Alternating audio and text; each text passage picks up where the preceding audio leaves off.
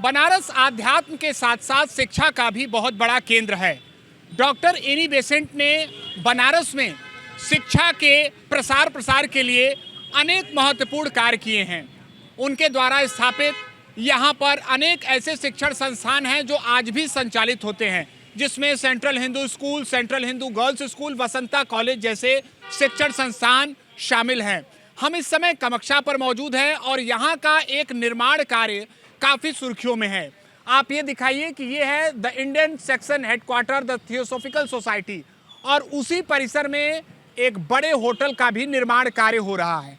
अब सवाल इस बात का है कि यहाँ पर कुछ लोगों ने इस निर्माण कार्य को लेकर आपत्ति जताई है। उनका कहना है कि ये निर्माण कार्य जो है इस शैक्षणिक माहौल को प्रभावित कर सकता है। वहीं जब मीडिया ने यहाँ के सेक्रेटरी से सवाल किया तो उनका कहना है कि हमारे पास आय का कोई जरिया नहीं है और हमने इनकम को ध्यान में रखते हुए 30 साल के लीज पर इस होटल के निर्माण कार्य को अनुमति दी है। चलिए, जो लोग यहाँ पर विरोध जता रहे हैं हम उनसे बात करेंगे। डॉक्टर सूबेदार सिंह जी हैं, हम उनसे बात करेंगे। आखिर में आपत्ति क्या है? सेक्रेटरी साहब का ये कहना है कि आय का कोई जरिया नहीं है, और कैसे करेंगे वो? आय का जरिया नहीं तो क्या इसके अंदर शराब की दुकान भी खुलवा लेंगे, नाच भी करवाने लगेंगे। आय के जरिया के लिए यहाँ लाइब्रेरी तो थी, क्यों तोड़वा दिया?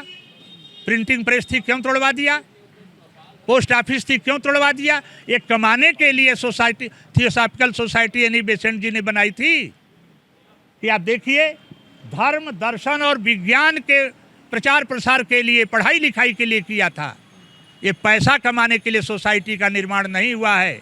पैसा कमाना हो तो आपके पिताजी की बहुत संपत्ति हो, जाके इंडस्ट्री खोलिए। कौन यहाँ के सेक्रेटरी और प्रेसिडेंट को रोका है?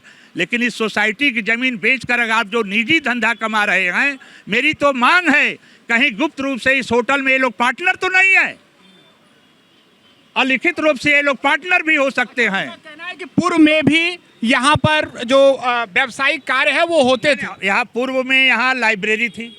लाइब्रेरी किसी शिक्षण संस्थानों की प्राणवायु होती है। प्रिंटिंग प्रेस है, प्रिंटिंग प्रेस नहीं रहेगा तो किताब कैसे छपेगी?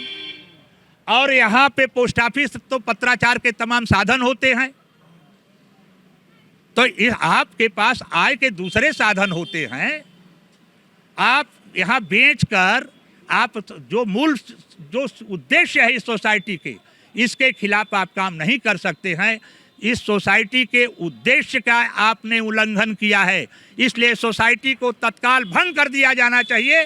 जिनको एनी बेसेंट और पूज्य मालवीय जी महाराज के नीतियों और सिद्धांतों में आस्था हो, ऐसे लोगों को रखा जाना चाहिए। और लोगों से यहाँ पर बात करेंगे, लेकिन सवाल इस बात का है कि ये निर्माण कार्य काफ़ी मतलब कई महीनों से यहाँ पर हो रहा था। और देखिए, इसी परिसर में द थियोसॉफिकल सोसाइटी, ये जो परिसर है, यहाँ पर ये निर्माण कार्य हो रहा है। और अब जो यहाँ के लोग हैं उन्होंने इस पर आपत्ति जताई है कि ये शैक्षणिक माहौल को प्रभावित करने वाला होगा। हालांकि जो कुछ भी सेक्रेटरी ने कहा वो हमने आपको बताया। कुछ और भी लोग हैं। आपका नाम? डॉक्टर सम्मी कुमार सिंह। क्या विरोध है उनका? तो ये कहना है कि आय के लिए हमारे पास कोई आय का जरिया नहीं है, सरकार से भी कोई मदद नहीं है, और इसलिए हमने 30 साल के लिए। देखिए, ये थियोसॉफिकल सोसाइटी है, इसका एक बड़ा आध्यात्मिक और ऐतिहासिक महत्व है। यहाँ पर जद्दू कृष्णमूर्ति जैसा एक आध्यात्मिक नेता पैदा हो जो पूरी दुनिया जिसको सुनती है, जो 22वीं सदी के अध्यात्म दर्शन की बात करता है। भारत की गौरवशाली परंपरा में ये थियोसॉफिकल सोसाइटी का स्थान है। चाहे देश की आज़ादी की लड़ाई हो, चाहे देश के शिक्षण संस्थानों में काशी हिंदू विश्वविद्यालय की प्राथमिक नींव इसी थियोसॉफिकल सोसाइटी के सेंट्रल हिंदू कॉलेज में स्थापित हुआ। आज भी CHS girls boys education department इसी में चलते हैं। इसमें तमाम बसंत कन्या महाविद्यालय, बसंत इंटर कॉलेज और बच्चों के बॉयज हॉस्टल, छोटे बच्चों के प्राइमरी एजुकेशन के 5-5, 6-6 हॉस्टल्स हैं, और इसमें तमाम शैक्षणिक गतिविधियां होती हैं। लेकिन मुझे अचरज हो रहा है कि उत्तर प्रदेश शासन का, कि उत्तर प्रदेश की शासन ने किस तरीके से इस होटल बनाने का जो रेगुलेशन को, किस तरीके से अपने ही रेगुलेशन को ताड़ पे रख करके उत्तर प्रदेश की आबकारी नीति कहती है कि किसी भी 500 मीटर के दायरे में आप शिक्षण। क्या चाहते हैं? हम ये चाहते हैं कि होटल का निर्माण तुरंत रुके और ये ट्रस्ट की जो पूरी सोसाइटी है उसको भंग किया जाए। और हम एक प्रस्ताव ले आना चाहते हैं नागर समाज की तरफ से कि इस देश के प्रधानमंत्री जो यहाँ के वर्तमान सांसद हैं इस बात को तय करें कि आप हिंदू सनातन परंपरा का ध्वज लेकर के पूरी दुनिया में आध्यात्मिक भारत के निर्माण के लिए आप चले थे, और भारत के अध्यात्म का जो मूल केंद्र है थियोसॉफिकल सोसाइटी, वहाँ भी होटल निर्माण करवा रहे हैं, पब और बार निर्माण करवा रहे हैं। लोगों की नाराजगी है यहाँ पर। और हम आपको दिखा दें कि यहाँ पे अलग अलग शैक्षणिक केंद्र जो है वो वर्षों से यहाँ पर चलता है, जिसमें न सिर्फ बनारस के बल्कि दूर दराज से छात्र छात्राएं यहाँ पर अध्ययन करने के लिए आते हैं। ऐसे में इसी निर्माण कार्य को लेकर इन लोगों की आपत्ति है। इनका कहना है कि ये परिसर के उस शैक्षणिक माहौल को प्रभावित करने वाला होगा। महीनों से निर्माण कार्य लगातार जारी है यहाँ पर। फिलहाल देखना ये होगा कि आखिर में इस मामले को लेकर आने वाले समय में और तस्वीर क्या कुछ साफ होती है। यहाँ के निर्माण कार्य को लेकर जो आपत्ति जताई गई है उस पर यहाँ के छात्राओं का क्या कहना है, उनसे बातचीत करना जरूरी है। देखिए, सबसे बड़ा सवाल ये है कि आपके ही शैक्षणिक परिसर में ये होटल का निर्माण कार्य हो रहा है। कुछ लोग कह रहे हैं कि इससे आपके इस परिसर का माहौल प्रभावित हो सकता है, तो आप भी मानती हैं कि ये अनुचित है? जी ऑब्वियसली, मतलब अगर कॉलेज के बगल में ही अगर होटल होगा तो ऑब्वियसली डिस्ट्रप्शन तो होगा ही बहुत सारा। और अगर कॉलेज से रिलेटेड कुछ होता तो कॉलेज का इम्प्रूवमेंट भी हो जाता, डेवलपमेंट भी हो जाता और उसमें स्टूडेंट्स की हेल्प भी बहुत हो जाती। बट अगर होटल होगा तो ये तो वही हो गया कि पैसे के आगे तो शिक्षा का कोई महत्व ही नहीं है। और यहाँ पर जो सेक्रेटरी है उनका ये कहना है कि पहले भी व्यावसायिक गतिविधियाँ यहाँ पर होती थी, तो आपकी जानकारी में है कि पहले भी यहाँ पर व्यावसायिक गतिविधियाँ थी? नहीं, इतना तो हमें नहीं पता है, फर्स्ट ईयर से हैं। तो जब हम लोग पहले आए थे तो यहाँ पे कंस्ट्रक्शन चल रहा था, बट हम लोग को आइडिया नहीं था कि क्या बन रहा है। तो हम लोग को लगा था मे बी हॉस्टल बन रहा हो, क्योंकि अंदर भी एक हॉस्टल शायद बन रहा है, तो हमें लगा था कि शायद हॉस्टल बन रहा है तो अच्छा ही होगा। आपसे सवाल है, हॉस्टल ज़्यादा ज़रूरी है या फिर होटल ज़्यादा? हॉस्टल ज़्यादा ज़रूरी है। हॉस्टल आप मानती हैं कि ये निर्माण कार्य जो हो रहा है सही है?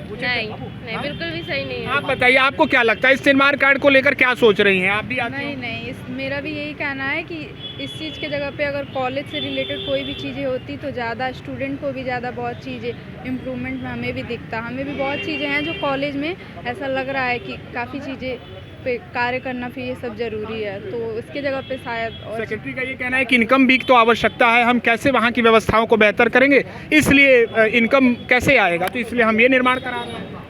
नहीं, ये तो सही नहीं है, ये गलत है। तो देखिए, यहाँ छात्राओं का साफ कहना है कि आवश्यकता होटल से ज़्यादा छात्रावास की है। अपना परिचय दे दें। मैं Shashi Nandan Lal Dar, secretary headquarters Indian section theosophical society Kamachha Varanasi में कार्य कर रहा हूँ।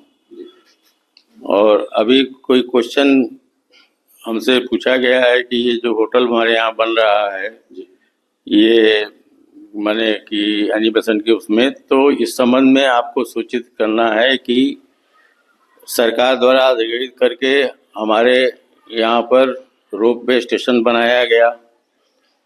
उसके बाद ये होटल जो हम लीज पे देके बनवा रहे हैं ये हमारे नियम के अंतर्गत बन रहा है और हमारी ज़मीन पे बन रहा है। इस पर किसी और का कोई भी दखल खारिज कुछ नहीं है। ये हमारी ज़मीन है और हम अपनी ज़मीन पर अपनी इनकम बढ़ाने के लिए, सोसाइटी को चलाने के लिए हमें आय की आवश्यकता होती है। हमें सरकार से कोई भी सहायता नहीं प्राप्त होती है इस सोसाइटी चलाने के लिए। अतः इसलिए हम लोग अपना खर्च और बाकायदा प्रोपगेशन वगैरह करने के लिए जो खर्च लगता है सोसाइटी की बढ़ोतरी के लिए, उसके लिए हम लोग वैकल्पिक व्यवस्था के रूप में हमने ये होटल बनाया है, जिससे कि जनता को सुविधा मिले। रोपवे स्टेशन बन रहा है जिसमें लोग उतरे रहे, आए, काशी विश्वनाथ दर्शन करें, इस हिसाब से हमने ये बनाया है।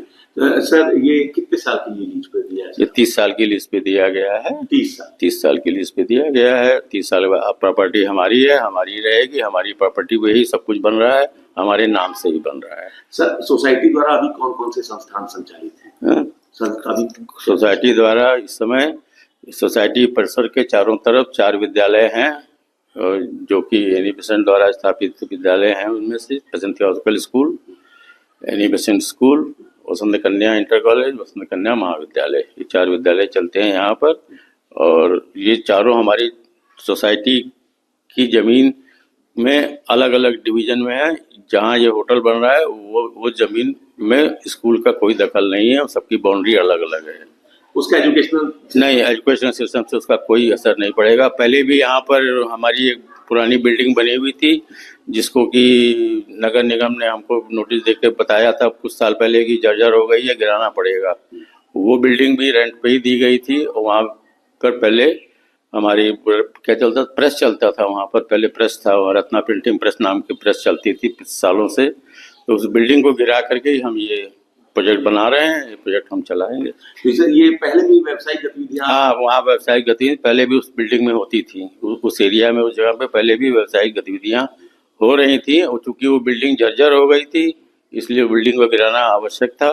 तो बिल्डिंग गिरा करके हम नए प्रोजेक्ट में ये बिल्डिंग हमने लिस्ट पे दिया है। एक आखिरी सवाल सर, सवाल जो मूल सवाल ये है कि एनी बेसेंट जी ने आध्यात्मिक और शैक्षणिक कार्यों के लिए उन्होंने इस संस्था का निर्माण कराया था जी। तो ये व्यावसायिक गतिविधियों को लेकर नहीं, सवाल जी। उस समय भी व्यावसायिक गतिविधियों, आय के लिए व्यावसायिक गतिविधि होती है। वो बिल्डिंग रेंट पे दी गई थी। भूतपूर्व में भी जो बिल्डिंग गिरा के हम बना रहे हैं, उसमें भी व्यावसायिक गतिविधियां ही होती थी। और अभी हम उसके बगल में भी आप देखेंगे एक बिल्डिंग है, वो भी व्यावसायिक गतिविधि के लिए ही बनाई, जिससे कि सोसाइटी की कुछ आय हो सके और आय से सोसाइटी अपना सुचारू रूप से कार्य चला सके।